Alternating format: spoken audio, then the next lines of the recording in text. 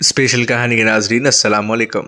Special کہانی لائے ہیں آپ کے لیے ایک اور اسپیشل کہانی، تو آئیے سنتے ہیں۔ شہر کی پر رونق سڑک پر کھڑے ہوئے مجھے کافی وقت گزر چکا تھا، لیکن ابھی تک کوئی ٹیکسی خالی نہیں ملی۔ میں کچھ دیر اور ٹیکسی کا انتظار کرتا رہا اور نا امید ہو کر اگلے چوراہے کی جانب بڑھ گیا۔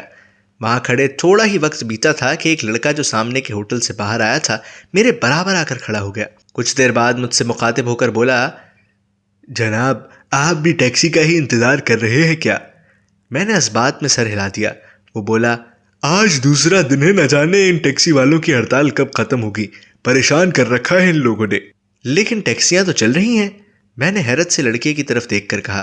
لڑکا مسکرا کر بولا، جناب وہ اپنے گھر کے کام کے لیے گھر والوں کی سواری لیے نکلے ہیں، اور کچھ بیچارے غریب مجبور ڈرائیور جن کے پاس ٹیکسی کے علاوہ کوئی دوسرا ذریعہ معاش نہیں ہے، وہ لوگ ٹیکسی چلا رکھے گئے، لیکن 4 گنا چارج پر زیادہ پیسے دو اور سفر کرو۔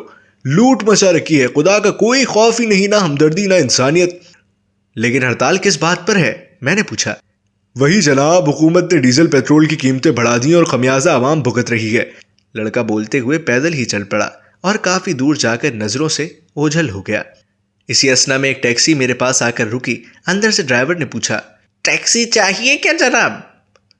میں نے سوچا 4 گنا زیادہ دینا پڑے گا، خیر ٹیکسی تو ملی، منزل پر پہنچ کر کچھ کام کروا لوں گا۔ سوچتے ہوئے میں ٹیکسی میں سوار ہو گیا، ایڈریس بتا کر باہر دیکھنے لگا۔ ڈرائیور نے میٹر شروع کیا اور ٹیکسی چل پڑی۔ ایک جگہ ڈرائیور نے میٹر بند کر دیا اور کافی دور جانے کے بعد میٹر پھر سے شروع کر دیا۔ میں اس بارے میں پوچھنا چاہتا تھا لیکن کچھ سوچ کر خاموش ہو گیا، اور اس میں میرا ہی فائدہ تھا، جتنی دیر میٹر بند تھا اتنا چارج کم لگتا۔ منزل مقصود پر پہنچ کر میں نے میٹر دیکھا، میٹر کے حساب سے 350 روپے ہوتے تھے، لیکن میں نے 4 گنا کا حساب لگا کر پیسے ڈرائیور کی طرف بڑھا دیے۔ ڈرائیور نے 350 روپے نکال کر باقی پیسے مجھے واپس دیتے ہوئے کہا، جناب میں 4 گنا زیادہ چارج نہیں لیتا۔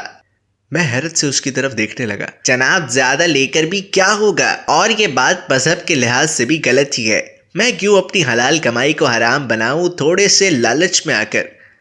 مجھے ڈرائیور کی باتیں سن کر احساس ہوا میرا ضمیر بھی مجھے ملامت کرنے لگا۔ میں نے کہا، بھائی تم نے راستے میں کچھ دور میٹر کیوں بند کر دیا تھا؟ ڈرائیور نے کہا، جناب میں نے بے دہانی میں ایک غلط موڑ لے لیا تھا، وہاں سے یو ٹرن کاٹ کر واپس آنا پڑا، جو کافی لمبا فاصلہ تھا، اتنی دیر میں نے میٹر بند کر دیا۔ میری غلطی کی وجہ سے وہ سفر لمبا ہو گیا، اس کا چارج میں آپ سے کیوں وصول کروں؟ میری غلطی کی سزا میں آپ کو تو نہیں دے سکتا۔